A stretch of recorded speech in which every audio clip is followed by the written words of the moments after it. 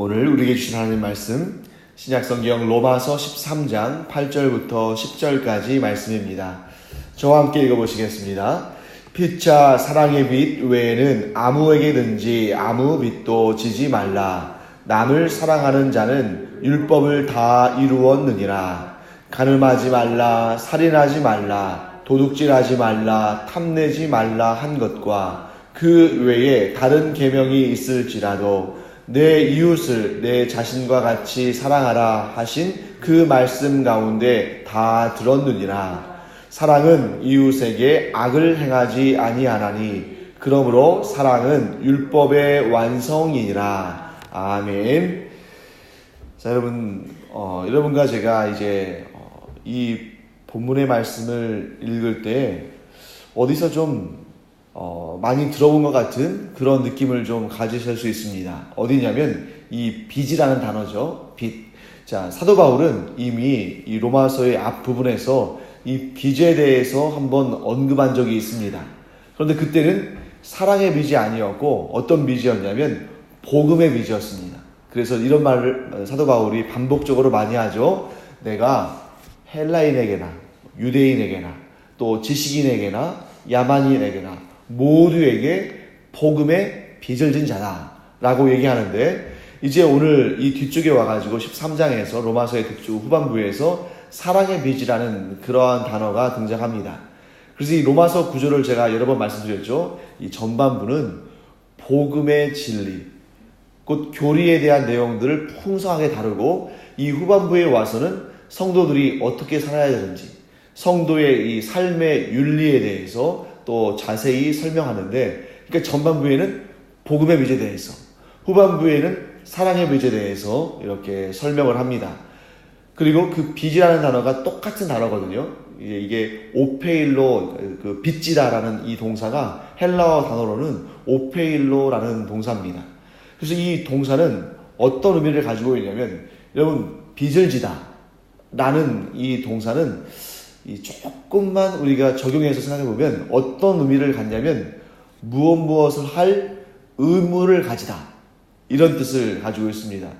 그래서 여러분, 최근에 그 한 힙합 가수가 이름이 마이크로 다신가 하는 가수가 있는데, 이 가수가 굉장히 사회적으로 논란의 대상이 됐습니다. 사실은 그 가수가 자기 자신이, 이 젊은 가수가 자기 자신이 빚을 진 것은 아닌데, 그 부모가 20년 전이었나요? 하여튼 옛날에 빚을 지고 그 한 마을에 많은 사람들에게 빚을 많이 졌어요. 그러니까 그 축산업을 했던 것 같은데, 이제 사업을 확장하려고 여기저기 이제 아는 그 마을 사람들에게 빚을 진 다음에 그것을 갚지 않고 야반 도주를 합니다. 어디로 갔냐면 뉴질랜드로 가버렸어요. 그런데 뉴질랜드로 갔는데, 그러니까 이제 이 사건이 그 당시에 20년도 더 됐죠. 그 당시에 20억을 빚을 졌으니까 오늘날로는 거의 한 100억 이상 되는 그런 규모라고 하죠. 근데 그렇게 빚을 지고 이제 도망을 쳤고, 그 상당히 큰 빚이니까 그 당시에 신문에도 났는데, 이제 그리고 이제 시간이 지나면서 이 사람이 나타나지 않으니까 그냥 묻혀졌죠. 그런데 그냥 그리고 나서 이제 조용히 지냈으면 아마 지금까지도 그 빚을 주었던 사람들은 마음속에 고통을 당하겠지만 그냥 조용히 지나갔을 수도 있는데, 그렇게 해가지고 거기에서 그 빚을 진 돈을 가지고 호의호식을 하고 자식들을 잘 가르치고, 그런 다음에 이제 그 아들이 이 한국에 와서 유명한 가수가 됐습니다. 그러니까 이제 그때는 잘 몰랐던 사람들도 이제 이 사람이 가수가 돼서 돈도 많이 벌고 또 이런저런 프로그램에 나와가지고 방송을 하니까 그제서 이제 한 명씩 두 명씩 과거에 저 가수의 부모에게 얼마의 돈을 뜯겼다, 사기를 당했다, 이런 얘기들이 모아지면서 이제 그 얘기들을 팬들도 많이 알게 되고 또 이제 국민들이 많이 알게 되면서 이제 문제가 된 거예요. 그런데 그렇게 했을 때 어떤 이제 반응이 있느냐, 이게 중요하잖아요. 그래서 처음에는 미안하다는 듯이 얘기를 했다가 나중에는, 이게 여러분 잘 아시잖아요. 미안하다는 얘기를 했다는 것은 자기 죄를 인정했다는 거니까 점점 어떻게 말이 바뀌냐면 나는 몰랐다. 그리고 거기에다가 이제 공소시효가 지나서 아무 이제 우리가 그 빚을 갚을 그럴 의무가 없다, 이런 식으로 얘기를 하니까 이제 사회적인 공분이 더 이제 일어나는 것이죠. 그래서 여러분 여기에서 빚지다라는 단어가 나와서 여기까지 왔는데요. 빚지다라는 단어는 어떤 의미를 갖고 있냐면 그 빚을 갚아야 할 의무가 있다라는 그런 의미도 있는 것입니다. 또 빚을 진 다음에 그냥 빚을 진 걸로 끝나는 것이 아니에요. 빚졌다라고 말했을 때는 그 빚을 갚을 의무가 있다라는 것까지 나가야만 이 단어가 온전한 의미를 갖게 되는 것입니다. 그렇기 때문에 여러분 여기에서 사랑에 빚을 졌다는 것은 뭡니까? 사랑을 갚을 의무가 있다. 복음에 빚을 졌다는 뜻은 무엇입니까? 복음을 전할 의무가 있다. 이런 뜻입니다. 그렇지만 여러분 법적으로는 이 빚을 졌다고 하지만 그러나 빚을 진 것을 갚을 의무가 사라진 사람들도 있습니다. 하지만 우리가 이 사랑의 빚만큼은 그 공속이 시한이 지나고 또 그런 어떤 법적인 시한이 지났다 할지라도 이 사랑의 빚은 없어지지 않는다 하는 것을 우리가 알 수 있습니다. 사도 바울이 지금 사랑의 빚을 얘기하고 이전에 복음의 빚을 얘기했는데 이 관계를 우리가 한번 잘 살펴볼 필요가 있습니다. 하나님께서 우리에게 예수 그리스도의 생명을 주시고 우리가 구원을 받게 하셨을 때 우리는 이것을 복음의 빚이라고 말하지만 하나님은 억지로 그 빚의 굴레를 그 의무를 우리에게 씌워주시는 것은 아니에요. 그러니까 예수님께서 우리에게 생명을 주실 때 예수님께서 십자가의 그 죽으심으로 우리에게 죄사함의 은혜와 또 우리에게 영생의 구원의 복을 주실 때에는 우리가 반드시 예수님처럼 그렇게 십자가의 고난과 또 복음을 위한 헌신을 하라고 우리에게 강제적으로 하진 않으셔요. 강제적으로 우리에게 그런 빚을 지라고 우리에게 떠맡기지는 않으십니다. 그럼 어떻게 하시나? 자, 우리에게 그 사랑을 베풀어 주시고 우리에게 이렇게 부드럽게 말씀하시는 겁니다. 너희가 이러한 그리스도의 생명을 통해서 복음의 빚을, 사랑의 빚을 졌는데 너희도 이러한 일을, 즉 사랑을 베푸는 일을 하지 않겠느냐라고 우리를 부르시고 우리에게 권면하시지만 그러나 막 억지로 그 짐을 지우지는 않으신다는 겁니다. 이게 하나님의 방식이에요. 그러니까 하나님께서 우리에게 은혜를 베푸셨기 때문에 너희도 반드시 은혜를 베풀며 살아야 한다 하고 강제적으로 말씀하지 않으시고 하나님께서 예수 그리스도의 그 십자가의 보혈의 공로로 우리에게 영생의 복락을 주셨지만 그렇다고 해서 우리에게 모두가 다 사도가 되라고 강제적으로 우리를 몰아붙이시는 그런 방식을 취하지 않으십니다. 그럼 어떤 방식을 취하십니까? 사랑을 베풀어 주시고 그 다음에 너희들도 이와 같이 살아가는 것이 옳지 않겠느냐라고 우리에게 제안을 하십니다. 그러면 어떻게 될까요? 그 제안을 우리가 받았을 때에 믿음으로 우리가 응답하면 하나님의 종들로 쓰임을 받는 것입니다. 예수님의 그 한편에 있던 강도가 그의 인생이 짧았기 때문에 예수 그리스도를 구주로 영접한 다음에 그의 인생이 짧았기 때문에 그렇게 사랑의 빚을 갚을 시간이 없었습니다. 그럼에도 불구하고 그가 구원받지 못했다고 말할 수 없는 것이죠. 우리가 예수 그리스도를 구주로 영접한 다음엔 우리가 또한 그러한 사랑의 빚을 갚을 그러할 사람들이 될 것인지 그렇지 않을 것인지를 우리가 하나님께로부터 제안을 받았습니다. 그러면 이제 어떤 일이 발생하는지를 제가 잠깐 돈을 빚진 것을 가지고 한번 설명을 드려볼게요. 자, A라는 사람과 B라는 사람과 C라는 사람이 있습니다. 그런데 A라는 사람이 B에게 내가 저 C라는 사람에게 돈을 좀 전달해야 되는데 내가 좀 사정이 생겨가지고 직접 돈을 전하지 못하니까 B라는 사람 당신이 대신 이 돈을 좀 전달해 줄 수 있느냐 라고 얘기했다고 한번 가정해 보세요. 그러면 B라는 사람은 A라는 사람한테 돈을 빚진 것입니까? 빚지지 않은 것입니까? B라는 사람이 A라는 사람한테 돈을 받았어요? 돈을 빚진 것입니까? 그건 아니죠. 지금 관계가 뭐냐면 B라는 사람이 A라는 사람한테 막 부탁해가지고 돈을 얼마, 한 100만 원 정도 빌려달라고 말한 적이 없습니다. 지금 A라는 사람이 B에게 부탁을 하는 거죠. 저 C에게 좀 100만 원을 좀 갖다 달라. 그런데 이 요구에 B라는 사람이 응답하지 않으면 아무 관계가 없는 겁니다. A라는 사람의 부탁을 B가 안 들어주면 그걸로 끝인 거예요. 그런데 B라는 사람이 A라는 사람의 그 부탁을 들어줬다라고 한번 생각해 보세요. 그러면 내가 그렇게 할게요. 라고 이제 그 부탁을 받아들였습니다. 그러면 그 순간부터는 B라는 사람이 A라는 사람에게도 또 C라는 사람에게도 아무 돈도 빚진 적이 없지만 그러나 실제적으로는 빚진 마음을 가지고 사는 것입니다. A라는 사람이 돈을 받았잖아요. 내가 빚진 것은 아니지만. 그리고 내가 그 돈을 C라는 사람한테 전달해 주기로 약속을 했습니다. 그러면 A라는 사람에게도 C라는 사람에게도 지금 심정적으로는 빚을 진 거예요. 언제까지? 그 돈을 가져다 줄 때까지. 지금 사도 바울도 마찬가지입니다. 사도 바울이 예수 그리스도의 사도로 부르심을 받을 때, 이방인들을 위한 사도로 부르심을 받을 때 사도 바울은 그것을 거절할 수 있을까요? 없을까요? 있습니다. 거부할 수 있습니다. 왜냐하면 하나님께서는 억지로 끌고 가지 않으시고 그에게 이것을 제시하시고 그가 받아들이면 하나님의 종이 되는 것이고 하나님의 사도가 되는 것이고 받아들이지 않으면 그냥 예수 믿고 구원받은 평범한 사람으로 사는 것입니다. 근데 여러분, 사도 바울은 하나님의 그 제안, 곧 예수 그리스도의 사도로 또한 이방인을 위한 사도로 부름받은 그 부르심에 응답했습니까? 응답하지 않았습니까? 응답했죠. 그래서 사도 바울은 항상 이렇게 서신서를 쓸 때, 편지글을 쓸 때 나는 하나님과 예수 그리스도의 사도로 부르심을 받고 이방인의 사도로 세우심을 받은 사람이다 라고 자신을 소개합니다. 자기가 그 제안을 받지 않았으면 모르지만 그 제안을 받아들였습니다. 그러면 이제부터는 사도 바울의 삶이 어떻게 되는 것입니까? 하나님을 향해서도 빚진 자가 되는 것이고 또 자신이 복음을 전달해야 되는 사람들을 향해서도 빚진 자가 되는 거예요. 그러한 관점에서 사도 바울이 자기를 뭐라고 소개하냐면 내가 유대인에게도 빚진 자요.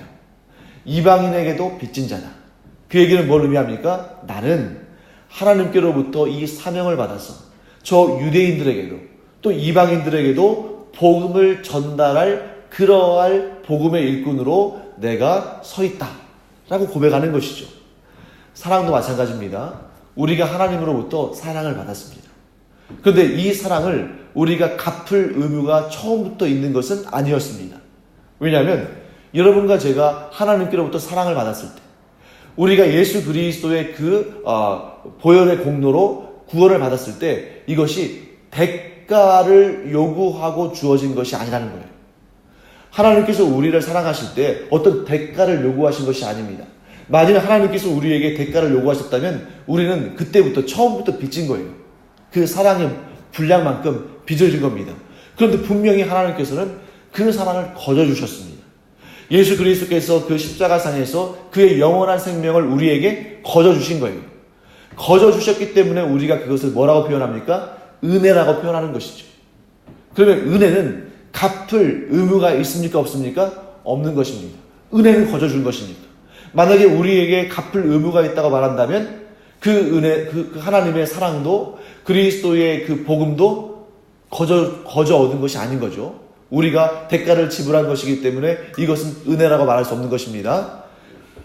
그럼에도 불구하고 하나님께서는 우리에게 사랑을 베푸시고 그리스도의 생명을 주시면서 뭐라고 우리에게 제안하시냐면 너희들도 이런 사랑을 베풀며 살지 않겠느냐. 너희들도 그리스도의 복음을 전하며 살지 않겠느냐 라고 우리를 불러주시고 우리에게 제안하십니다. 그러면 우리는 어떻게 할 수 있습니까? 하나님의 그 부르심을, 하나님의 그 제안을 받아들일 수도 있고 거절할 수도 있습니다.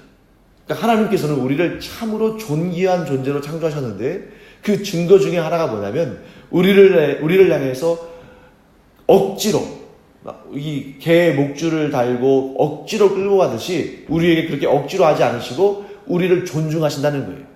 그러면 우리가 그 하나님의 말씀에 대해서 부르심에 대해서 그 제안에 대해서 우리가 그렇게 하겠노라고 응답하고 그렇게 하겠노라고 그 부르심에 화답하면 그때로부터는 우리가 어떤 관계가 되는 것입니까? 하나님께 빚진 자가 되는 거예요. 우리가 무엇인가를 막 열심히 해서 갚아야 되는 그런 빚이 아니라 사랑의 빚을 지고 복음의 빚을 진 것입니다. 그럼 그 빚은 언제까지 우리가 행해야 되는 것입니까? 갚아야 되는 것입니까? 우리가 하나님의 나라에 갈 때까지. 우리가 하나님의 나라에 갈 때까지 이렇게 사랑의 빚을 지고 또 복음의 빚을 진 자가 되는 것입니다. 그래서 우리의 모든 삶을 통해서 그 빚을 갚아야 할 의무가 생기는 것입니다. 그러면 이 의무는 너무 부담스럽고 우리에게 손해만 끼치는 것인가? 그렇지 않다는 거예요. 왜냐하면 하나님께서는 어떠한 의무를, 어떠한 사명을 우리에게 주실 때에는 그것을 능히 행하고도 남을 만한 능력과 은사를 주신다는 것입니다. 자, 은혜를 주신 하나님께서 무엇도 주신다고요? 은사도 주신다는 거예요. 그 은사를 주심으로 말미암아 우리가 평생 이러한 거룩한 사명을 감당하고도 남을 만한 그런 힘과 능력을 공급해 주신다는 것이죠. 그리고 여러분, 우리는 또 어떠한 자격이 있냐면 하나님께서 주시는 은사 이상을 할 필요는 없는 것입니다. 근데 우리가 참 부담이 되고 힘이 드는 이유는 뭐냐면 하나님께로부터 받은 은사가 요만큼인데 그보다 더 많은 것을 해야 한다는 그런 우리 스스로 만든 부담감 때문에 고통스러운 거예요. 그런데 하나님은 결코 우리가 부담스럽게 하나님의 일을 하는 것을 기뻐하지 않으십니다. 하나님께서 주신 만큼, 아니 어떤 경우에는 하나님께서 많이 주셨으나 그것을 다 사용하지 못해도 하나님께서 그것을 막 책망하시고 막 이렇게 괴롭게 하시는 것이 아니라 우리가 우리의 할 수 있는 만큼 그렇게 노력을 하면 하나님께서는 기뻐하신다는 것이죠. 그래서 여러분과 제가 이거 한번 생각해 봐야 돼요. 자, 달란트의 비유를 아시죠? 달란트의 비유가 뭐냐면 주인이 그 종들에게 달란트를 준 다음에 떠났습니다. 그리고 그 종들에게 그 달란트를 가지고 사업을 하게 했죠. 그래서 어떤 종은 5달란트를 남겼습니다. 어떤 종은 2달란트를 남겼습니다. 그 주인이 와서 나중에 정산할 때 5달란트를 가진 자는 잘했다고 칭찬해주고 거기에 비해서 절반도 안 되는 2달란트를 가진 종은 막 책망했습니까? 그렇지 않았죠. 똑같이 칭찬했습니다. 그러니까 무엇을 얼마나 남겼느냐 그걸 가지고 우리를 판단하시는 것이 아니라 얼마나 열심히 일했느냐 그것만 보신다는 거죠. 근데 여러분 이런 경우가 있습니다. 1달란트를 받은 그 종이 1달란트를 그냥 놔뒀잖아요. 거기에 대해서 책망했습니다. 그러면 이걸 한번 여러분 생각해 보신 적 있습니까? 나중에 우리가 마태복음 그 비유를 할 때 제가 또 설명드리겠습니다만 1달란트를 받은 종이 나름대로 열심히 일했어요. 그런데 하나도 남기지 못한 거예요. 그리고 5달란트 받은 종은 남겨왔고 2달란트 번 종도 남겨왔잖아요. 그런데 1달란트를 받은 종이 그것을 땅에 묻어둔 것이 아니라 나름대로 열심히 일했는데 아무것도 남기지 못하고 1달란트를 그냥 가져왔다거나 혹은 정말 나름대로 열심히 했는데 사기를 당하거나 뭐 문제가 발생해가지고 그걸 다 까먹고 왔어요. 그래서 아무것도 갖고 오질 못했습니다. 그러면 그 주인이 어떻게 했을까요? 책망했을까요? 책망하지 않았을까요? 저는 책망하지 않았을 거라고 봅니다. 이 1달란트를 받은 종이 그것을 땅에 묻어놓고 그 주인의 열심히 일하라고 한 명령을 지키지 않았기 때문에 책망을 받은 것이지, 만약에 이 돈을 받은, 이 달란트를 받은 종이 나름대로 정말 주님의 그 명령을 준행하기 위해서 이루기 위해서 열심히 노력했는데 하나도 남기지 못했거나 혹은 손해를 봤다 할지라도 그 주인은 책망하지 아니하고 오히려 칭찬했을 거예요. 그래, 네가 그래도 내 명령을 지키려고 나름대로 열심히 노력했구나. 만약에 이 주인이 가진 돈이 한계가 있고 이 사람도 돈에 이끌려가는 사람이라면 아마 손해를 입힌 종에게 꾸지람을 했을 겁니다. 하지만 이 주인은 누구를 의미합니까? 하나님이시잖아요. 하나님은 가지고 계신 것이 무한합니다. 그러니까 이 종들이 다 아무것도 남기지 못하고 그냥 빚만 잔뜩 지고 왔어도 이 주인은 결코 문제가 되지 않을 사람이에요. 왜냐하면 그 주인은 하나님을 상징하니까. 그래서 여러분, 우리는 뭘 알 수 있습니까? 우리가 하나님의 일을 하면서, 즉 복음의 빚을 지고 또 사랑의 빚을 지면서 하나님께서 우리를 불러주신 그 부르심에 응답해서 우리가 복음의 빚을 갚고 사랑의 빚을 갚을 때 우리가 정말 이걸 남기지 못하면 어떻게 할까? 내가 또 많이 줄게 또 드리지 못하면 어떻게 할까? 그런 부담감으로 우리가 쌓여있을 필요가 없다는 겁니다. 왜냐하면 하나님께서 요구하시는 것은 뭐예요? 너희가 열심히 그 일을 해라. 비록 너희들 스스로 만족하지 못하는 수준이라 할지라도 나는 너희를 책망하지 않는다. 너희들이 열심히 그 사랑의 빚을 갚기 위해서 노력하면, 복음의 빚을 갚기 위해서 노력하면 나는 그것을 참 귀하게 여긴다 라고 말씀하실 줄 믿습니다. 우리가 이 마음을 가져야 평생 사랑의 빚을 갚고 복음의 빚을 갚을 수 있지. 만약에 우리가 우리 안에 부담감으로만 가득 채우면 그 한 달란트를 묻어둔 그 종의 심정을 우리가 충분히 이해할 수 있어요. 얼마나 부담감을 갖고 있겠습니까? 하지만 우리가 부담감을 떨쳐내고 하나님께서 우리에게 얼마나 인자한 분이신지, 우리가 열심히만 하면 얼마나 하나님께서 또 복을 부어주실지, 그것을 우리가 알면 부담 없이 열심히 일할 수 있다는 거죠. 그래서 제가 이제 우리 학생들한테도 지도할 때 뭐라고 얘기하냐면, 공부할 때 성적에 대한 부담을 미리 가지고 공부하면 책을 펼칠 수 없다. 그러면 내가 이번 시험에서 또 점수를 잘 받아야 할 텐데, 내가 이번 시험에서 100점을 받아야 되는데, 그러한 생각을 갖잖아요. 그러면 그 부담감 때문에 아예 공부를 시작하는데 너무 시간도 많이 걸리고 힘들고 그 부담 때문에 성적도 잘 오르지 않습니다. 그런데 어떤 마음이요? 내가 지난번보다는 조금 나았으면 좋겠다. 내가 나름대로 열심히 해가지고 그래도 빵점만 안 맞으면 된다. 이런 마음으로 이렇게 시험 공부를 시작하면 아주 쉽게 시작할 수 있고 분명히 지난번보다 나은 결과를 가질 것입니다.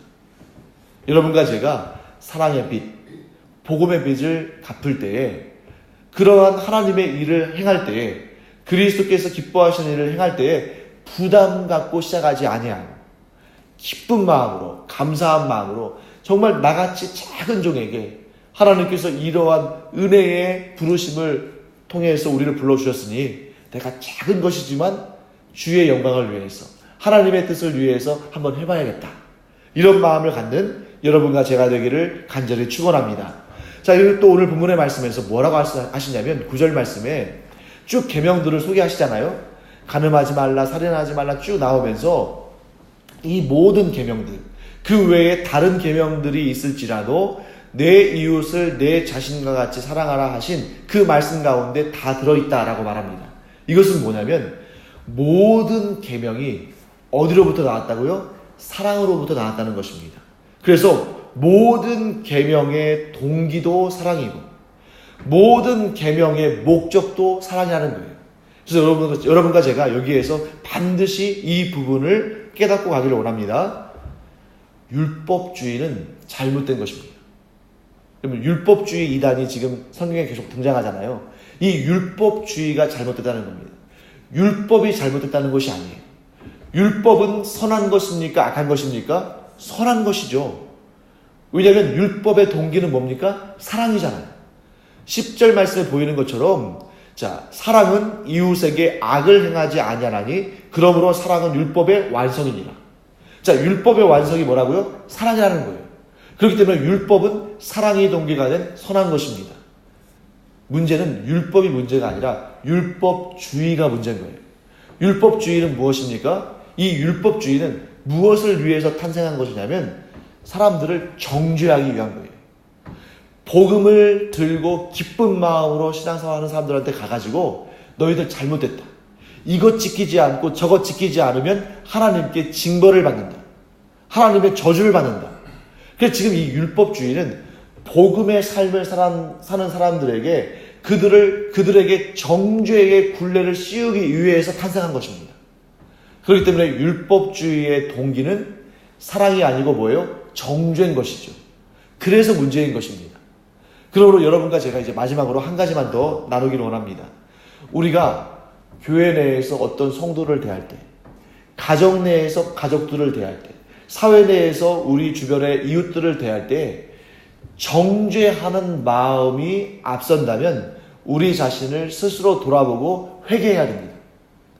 우리는 정죄하지 아니하고 용서하시는 예수님의 사랑을 통해서 구원받아 놓고서 정작 신앙생활을 한다고 하면서 다른 이를 향해서 정죄하는 마음을 갖는다면, 다른 이를 향해서 미워하는 마음을 갖는다면 이것은 내가 과연 진실로 하나님의 그 은혜 가운데 거하는지, 예수 그리스도의 그 거저주신 그 생명의 사랑의 은총 가운데에서 거하는지를 점검해 볼 필요가 있다는 것이죠.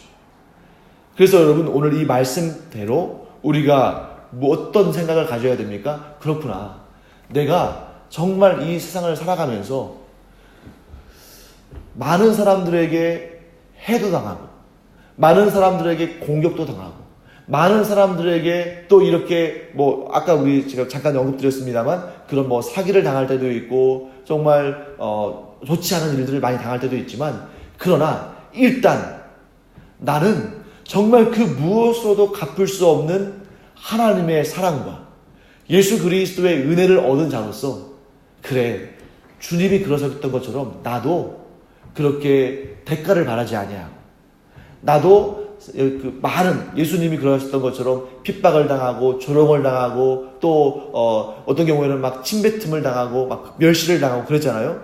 그럼에도 불구하고 그 생명을 오롯이 내어주신 그 예수님의 본을 받아서 나도 모든 것에 있어서 사랑이 동기가 되어서 저들에게 은혜를 베푸는 사람이 되자. 그러니까 이것을 이제 이런 거죠. 연약한 신앙일 경우에는 내가 사랑을 받으면 사랑을 줍니다. 하지만 성숙한 그리스도인이 되어서 그 성숙의 한 단계가 더 진보되면 진보될수록 어떤 마음을 갖습니까? 내가 사랑을 받지 못했어도 사랑을 베풀고, 심지어 내가 공격을 당했어도, 내가 멸시를 당했어도, 내가 해를 당했어도 그것을 사랑으로 덮어주는 그런 단계로 성장하는 여러분과 제가 되기를 간절히 축원합니다. 그렇게 우리가 해를 당했음에도 불구하고 사랑으로 덮어주면 누구를 더 자세히 알아가는 거예요? 예수님을. 해를 당하셨으나 공격하지 않으시고 얼마든지 공격할 수 있는 능력이 있으시잖아요. 천사들을 12영이나 더 이상 부르시고 그들을 향해서, 그 악을 행한 자들을 향해서 얼마든지 갚으실 수 있는 예수님이시지만 그렇게 폭력으로, 책망으로, 또 무자비한 진압으로 갚지 않으시고 온전히 사랑으로 덮으신 그 예수님의 마음을 우리가 그 사랑을 실천할 때 더 자세히 알 수 있다는 겁니다. 그러면 예수님의 마음을 더 자세히 알면 우리에게 어떤 유익이 있습니까? 우리의 삶 가운데 진정 우리가 노래하잖아요. 찬송하잖아요. 강 같은 평화. 근데 그 평화가 어떤 평화냐면 정말 주변으로부터 우리가 우겨쌈을 당한다 할지라도 내 안에서는 누가 봐도 저 사람은 정말 힘들고 고통스럽고 정말 괴로울 것이라고 보여지는 그러한 상황 가운데서도 왠지 모르게, 이게 이론적으로는 설명이 안 되는데 내 안에서는 강 같은 평화가 흘러나와서 나만 평안할 뿐만 아니라 내 주변 사람들에게도 그 평안을 전해주는 그러한 은혜를 경험하게 될 줄 믿습니다. 그래서 여러분과 제가 힘들지만 그러나 우리의 성숙이 거기에 있다 하는 마음을 가지고 사랑으로 덮어주는, 그래서 사랑의 빚을 갚는 여러분과 제가 되기를 간절히 축원합니다. 기도하겠습니다. 하나님 감사합니다. 이 시간 저희가 사랑의 빚에 대해서 말씀을 나눴습니다. 저희들이 먼저 하나님으로부터 또 우리 주 예수 그리스도로부터 넘치는 무한한 사랑의 빚을 지었기 때문에 이제 저희들도 수많은 사람들에게, 우리 주변에 있는 사람들에게 뿐만 아니라 우리를 괴롭게 하는 사람에게까지도 그 사랑을 얹어주는, 사랑을 덮어주는, 사랑을 흘려보내는 그러한 사랑의 사람들이 되게 하여 주시옵소서. 감사드리며 예수님의 이름으로 축복하며 기도합니다. 아멘. 이제는 우리 주 예수 그리스도의 은혜와 하나님 아버지의 무한하신 사랑과 성령의 감동, 감화, 위로, 교통하심이 이 시간 우리 주 예수 그리스도께로부터 무한한 사랑의 은혜를 얻었으니 이제 나도 심지어 나를 괴롭히는 사람에게까지 사랑으로 덮어주리라 라고 결심하고 그 사랑의 삶을 살기를 원하는 주님의 사랑하시는 백성들 위에 이제로부터 영원토록 함께 있을지어다. 아멘.